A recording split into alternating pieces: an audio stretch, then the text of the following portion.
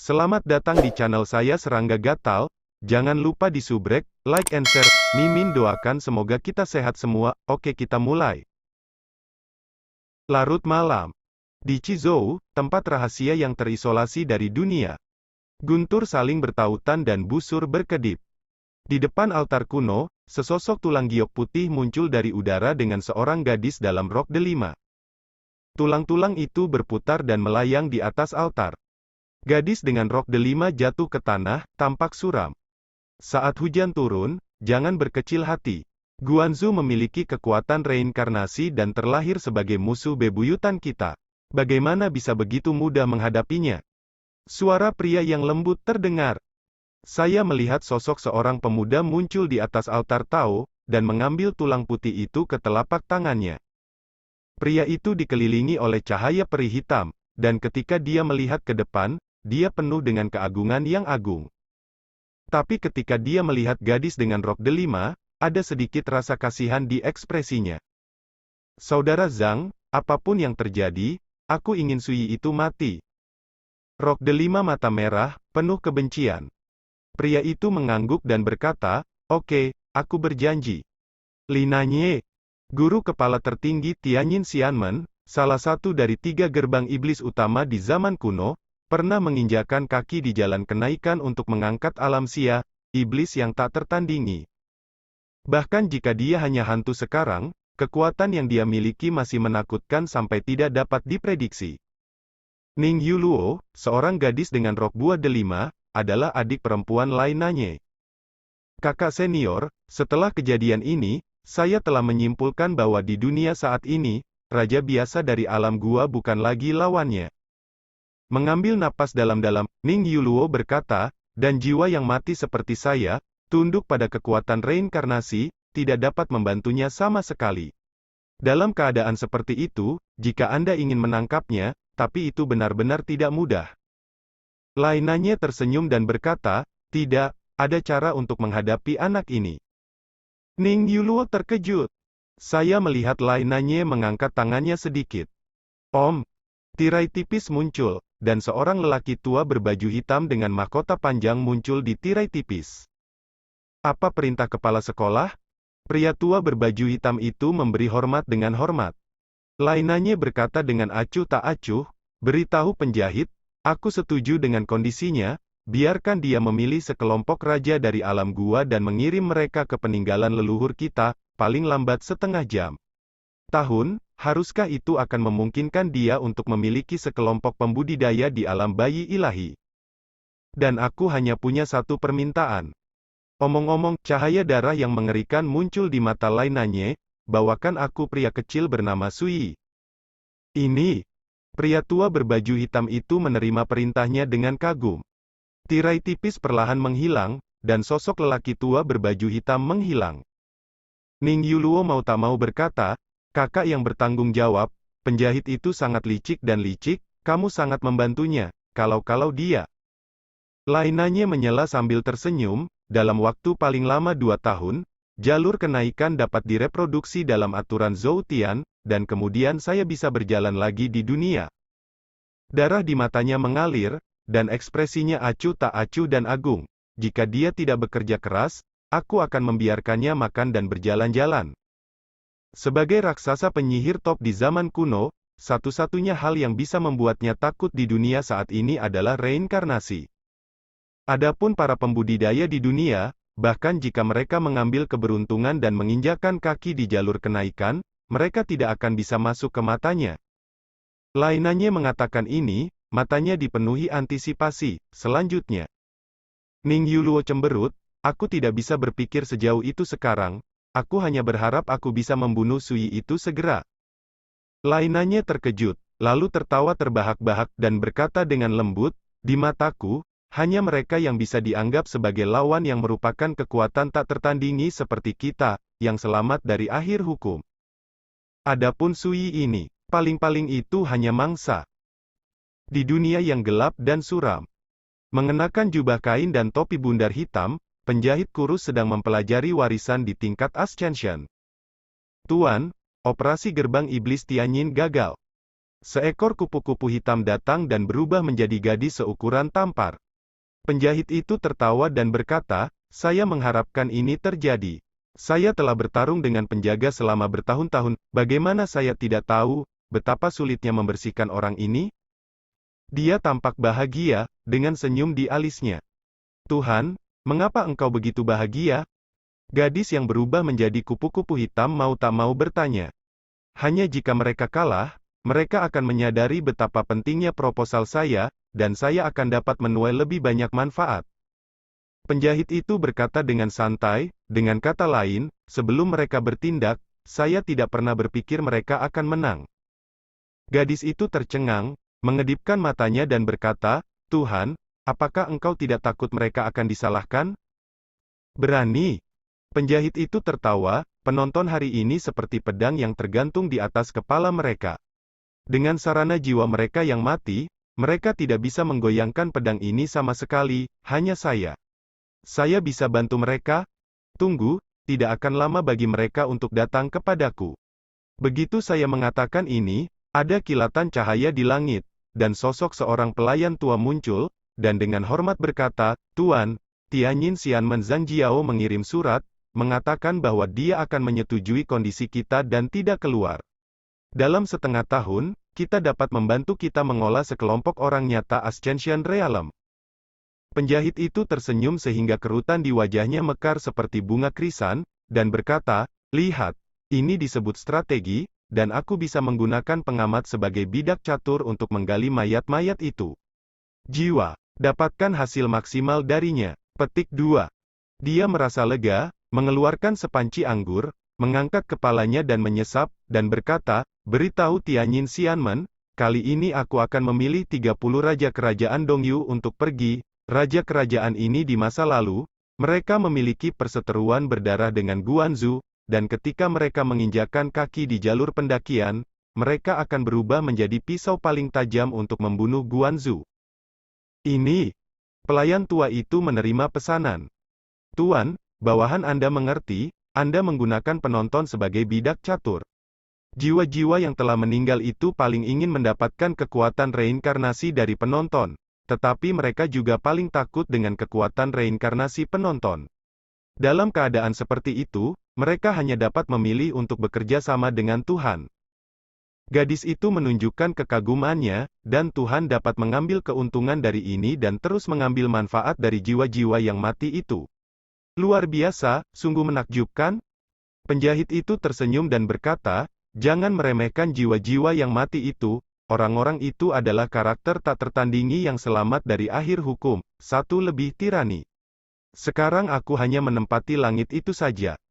Seiring berjalannya waktu, akan ada semakin banyak orang kuat di dunia ini yang telah menginjakan kaki di jalan kenaikan, dan jiwa-jiwa yang mati itu akan dibawa kembali ke dunia satu demi satu." Tidak cukup. Omong-omong, penjahit tidak bisa menahan diri untuk tidak menghela nafas pelan. "Sayangnya, jika Anda memberi saya lebih banyak waktu untuk mengatur, apakah itu penonton atau roh mati yang selamat dari akhir hukum? Mereka semua akan memperlakukanku tundukkan kepalamu." "Mengapa Tuhan mengatakan ini?" Gadis itu bingung. Mata si penjahit berkedip, dan dia berkata dengan lembut, "Kalau begitu, beberapa jiwa yang telah meninggal dapat memilih untuk bekerja sama dengan saya, atau mereka dapat memilih untuk bekerja sama dengan kekuatan spiritual lain di dunia. 6 pelindung Dao kuno sekarang telah bekerja sama dengan salah satu Taois teratas di akhir hukum. Seperti klan Zong kuno, berdiri di belakang Menara Abadi Pedang Ajaib, yang dikenal sebagai salah satu dari 4 sekte abadi pedang terkuat di akhir era hukum.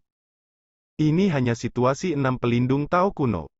Selain itu, seperti beberapa kekuatan top lainnya di dunia, kebanyakan dari mereka berhubungan dengan jiwa-jiwa mati akhir hukum, mencoba bekerja sama. Semua ini untuk tujuan bersaing di dunia di era baru berikutnya, dan memenangkan jalan bulu. Dikatakan bahwa beberapa roh mati dengan latar belakang menakutkan dan asal-usul misterius telah menempati sarang murai dan sepenuhnya mengendalikan beberapa kekuatan spiritual di dunia. Omong-omong, penjahit itu tiba-tiba tertawa, bisa diperkirakan bahwa dunia berikutnya akan jatuh ke dalam kekacauan dan kekacauan yang belum pernah terjadi sebelumnya. Tatanan dan pola zaman dulu akan dipatahkan dan dirombak.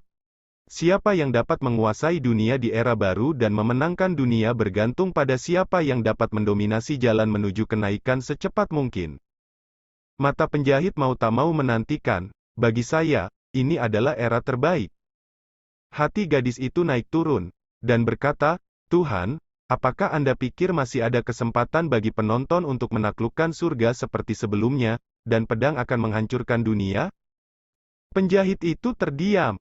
Dia bertarung dengan penonton selama bertahun-tahun, dan dia tidak pernah berani meremehkan musuh lama ini. Setelah waktu yang lama, dia berkata, dalam periode waktu berikutnya, dia akan menjadi musuh seluruh dunia. Jiwa-jiwa yang mati itu menganggapnya sebagai mangsa mereka, dan mereka akan bekerja sama dengan yang teratas kekuatan di dunia untuk menghadapinya. Dan aku tidak akan pernah memberinya kesempatan untuk menginjakkan kaki di jalur bulu. Omong-omong, suaranya nyaring dan jelas. Gadis itu tidak bisa menahan tawa dan berkata, bawahanku juga menantikan hari ini. Gadis kupu-kupu, terserah padamu untuk bertindak selanjutnya dan mengumumkan kepada dunia luar bahwa master penonton telah kembali ke alam astral Sendu, dan juga menyebarkan berita kegagalan Tianyin Xianmen. Penjahit memesan. Gadis itu bingung, Tuan, jika Anda melakukan ini, bukankah tampaknya Anda terlalu agung? Dalam hal ini, siapa yang berani menyerangnya dengan gegabah? Bagaimana pembudidaya abadi lainnya bisa mengetahui situasi ini? Selama mereka tidak bisa duduk diam, mereka pasti akan mementingkan kerjasama dengan kita, dan jika mereka ingin kita bekerja keras, bagaimana bisa mereka tidak memberikan manfaat yang cukup? Gadis itu tiba-tiba sadar. Dalam analisis terakhir, Tuan masih menganggap penonton sebagai bidak catur, dan mengambil kesempatan untuk mengambil untung dari tangan jiwa-jiwa yang mati itu. Bawahan ini akan melakukannya. Gadis itu berubah menjadi kupu-kupu hitam dan hendak pergi. Penjahit itu tiba-tiba teringat sesuatu dan berkata, apakah kamu pernah mengetahui keberadaan keledai tua botak di kuil Jiekong? Gadis itu menggelengkan kepalanya dan berkata, tidak, kuil Jikong menghilang beberapa tahun yang lalu. Kekuatan kami telah mencari berita, tetapi sejauh ini tidak ada yang ditemukan. Penjahit itu mengerutkan kening dan berkata pada dirinya sendiri, kemana perginya keledai botak tua itu? Penonton yang bereinkarnasi telah muncul di alam astral Sendu. Sendu Star Realm adalah alam pertama dari langit berbintang, jantung Dongsuan Yu. 6 penjaga kuno Taoisme, kekuatan raksasa langit berbintang, dan banyak keluarga raja dunia terkemuka semuanya tersebar di antara mereka. Ketika berita ini keluar, pasukan top di dunia ini segera diberitahu. Dan jiwa-jiwa mati yang terbengkalai di balik layar pasukan top ini juga gelisah. Arus bawah melonjak. Badai sedang terjadi. Ketika dunia astral Sendu melonjak, Suyi sudah berangkat ke Fanzhou. Fanzhou adalah salah satu dari 36 negara bagian para dewa, dan sebagian besar wilayahnya adalah kekuatan Buddha. Di alam astral ibu kota dewa, Fanzhou juga dikenal sebagai tanah Buddha di bumi. Tuan muda, berita tentang pertempuran Wan Liu Cheng telah menyebar. Dan sekarang ibu kota dewa dunia astral ini tahu bahwa Anda telah kembali. Di kapal harta karun, Wei San mengerutkan kening. Baru saja, ketika mereka melewati kota yang makmur, mereka menemukan bahwa pertempuran yang terjadi di kota Wan Liu malam itu telah menyebabkan kegemparan di alam bintang ibu kota ilahi. Tidak mengherankan, pasti pelacur tua dari penjahit itu yang melakukan hal-hal buruk, hanya untuk membuatku mendapat masalah, sehingga dia bisa memancing di perairan yang bermasalah. Suyi bisa mengetahuinya dengan jari kakinya, dan pasti penjahit yang berada di belakangnya. Barang tua ini layak mendapatkan 1000 potongan. Wei San membenci giginya. Tenang, semakin marah kamu, semakin bangga hal lama yang tersembunyi dalam kegelapan. Suyi berkata dengan santai, saat aku bertemu biksu tua Kongzhao kali ini, aku akan menyelesaikan masalah dengan lelaki tua ini. Baru saja mengatakan ini. Berteriak. Sebuah pesawat ulang-alik hitam legam tiba-tiba muncul, menembus kapal harta karun tempat Suyi dan yang lainnya berdiri dari bawah. Boom! Kapal harta karun itu meledak dan terkoyak. Suyi dan Wei San bergerak keluar dari udara tipis, menghindari pukulan tiba-tiba satu langkah di depan. Sui menunjukkan sosoknya, mengayunkan tinjunya seperti pedang, dan menghempaskannya ke udara. Boom! Tapi ini belum terlambat. Saya melihat kehampaan di segala arah, jaring besar yang menutupi langit dan matahari muncul. Keempat sosok itu memegang sudut jaring besar dan menembak dengan sekuat tenaga. Tiba-tiba, jaring besar menyelubungi Sui dan Wei San. Berada di dalamnya, langsung memberi orang perasaan kegelapan dan tidak ada jalan keluar. Sui tidak lolos. Dentang! Pedang dunia tersapu, Sui meraih lengan Wei San dengan satu tangan, dan orang-orang mengikuti pedang itu. Boom! Jaring besar itu robek hingga ke sudut. Sui dan Wei San melarikan diri. Hampir pada saat yang bersamaan, pesawat ulang-alik hitam legam itu datang lagi, sangat cepat. Dan burung hitam tak menyenangkan seukuran gunung, mengepakkan sayapnya seperti orang gila, memicu badai cahaya peri yang menghancurkan dunia, dan menyapu ke arah Sui dan yang lainnya. Serangkaian serangan ini terjadi dalam sekejap mata dan sangat berbahaya. Menjadi raja kerajaan lain di dunia tidak akan bisa menghentikannya. Bahkan Wei San pun berkeringat dingin. Tapi Sui mendengus dingin dan menjentikkan lengan bajunya. Dentang! Rem! Di ruangan itu, burung hitam yang tidak menyenangkan itu sayapnya patah, kepalanya dibelah, dan dia menjerit nyaring. Hentikan semuanya. Di bawah langit di kejauhan, sebuah suara berat terdengar. Diiringi suara, sesosok muncul di bawah langit di kejauhan. Dia mengenakan jubah misterius, dengan sosok tinggi dan wajah tampan. Saat dia muncul, pembangkit tenaga listrik yang telah menyerbu Sui sebelum semuanya menyerbu.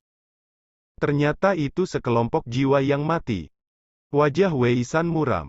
Sampai sekarang, dia menyadari bahwa ada 5 dari mereka yang baru saja menembak, semuanya adalah roh mati dengan kebijaksanaan, dan kekuatan mereka jauh melampaui Raja Dunia.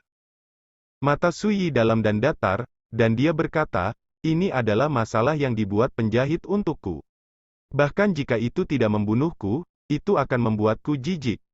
Luar biasa, layak menjadi penonton yang bisa membuat Tianyin Xianmen membuat jungkir balik besar.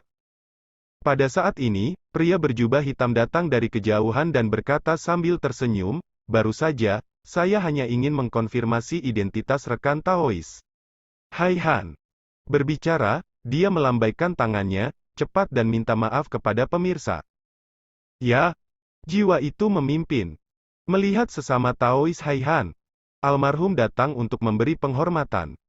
Ini membuat Wei San tiba-tiba merasa jijik, dan menggertakkan giginya, sebuah serangan diam-diam dengan niat buruk, tapi dianggap enteng oleh kalian, apa-apaan sikap ini, Jangan marah saudara Taois, jika kita tidak mengambil tindakan, bagaimana kita bisa memverifikasi tubuh sebenarnya dari penonton? Apalagi kami sudah minta maaf, belum cukup. Seorang lelaki tua berbaju linen membuka mulutnya tanpa ekspresi, memegang 2 angkutan hitam legam terpotong di tangannya. Tidak diragukan lagi, itu adalah serangan pertamanya barusan, menghancurkan kapal harta karun Sui. Sui terlalu malas untuk berbicara, jadi dia menembak langsung. Jiwa itu hilang? Adegan ini membuat pria berjubah hitam dan yang lainnya mengubah ekspresi mereka, dan wajah mereka menjadi suram. Wajar kalau penonton marah, lagi pula, siapapun yang tergoda seperti ini akhirnya akan merasa tidak nyaman. Seorang teman. Sui tidak berbicara omong kosong sama sekali, dan menembak lagi. Boom! Pedang Qi meledak ke langit, merobek langit, dan seorang pria berjubah putih menanggung bebannya. Akibat dari energi pedang yang mengerikan menyapu, membuat pria berjubah hitam dan yang lainnya harus menghindarinya.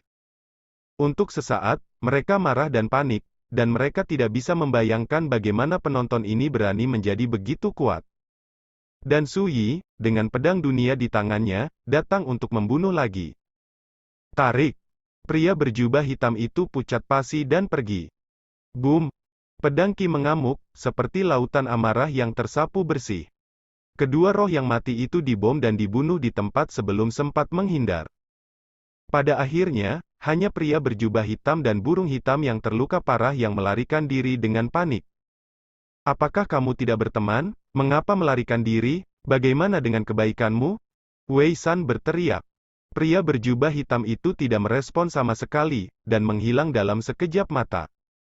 Suyi menyingkirkan pedang di dunia dan berkata, apakah mereka bodoh? Wei San berkata, bukankah itu bodoh? Suyi berkata, bagaimana jika kita ditangkap hidup-hidup dalam serangan diam-diam? Wei San terkejut. Tanpa menunggu jawaban, Suyi sudah berkata, apa yang mereka perjuangkan adalah kemungkinan ini. Orang mati demi kekayaan, burung mati demi makanan, dan melihat serangan diam-diam ini dari luar, mereka akan berpikir mereka bodoh. Tetapi jika mereka berhasil, mereka akan menjadi kumpulan roh mati pertama yang menghancurkan kutukan di tubuh mereka, dan mereka akan dapat mengendalikan kekuatan reinkarnasi dan menjadi penguasa hidup dan mati orang lain. Roh mati.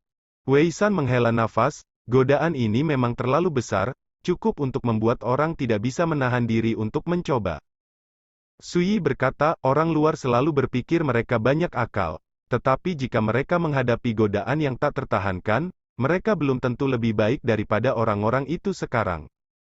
Wei San menghela nafas, memang, semua orang di dunia tahu bahwa perjudian merugikan orang, dan mereka semua tahu bahwa ada pisau di depan kata, tetapi masih ada sedikit penjudi dan klien pelacur di dalam dunia? Suyi. Setelah beberapa saat, dia berbisik, tidak dalam game. Tetapi berbicara tentang urusan game, berpikir bahwa dia dapat melihat segalanya, orang seperti ini tidak diragukan lagi yang paling konyol. Wei San tertawa dan berkata, Tuan muda tampaknya tergerak. Tidak mungkin, aku muak dengan lalat-lalat itu.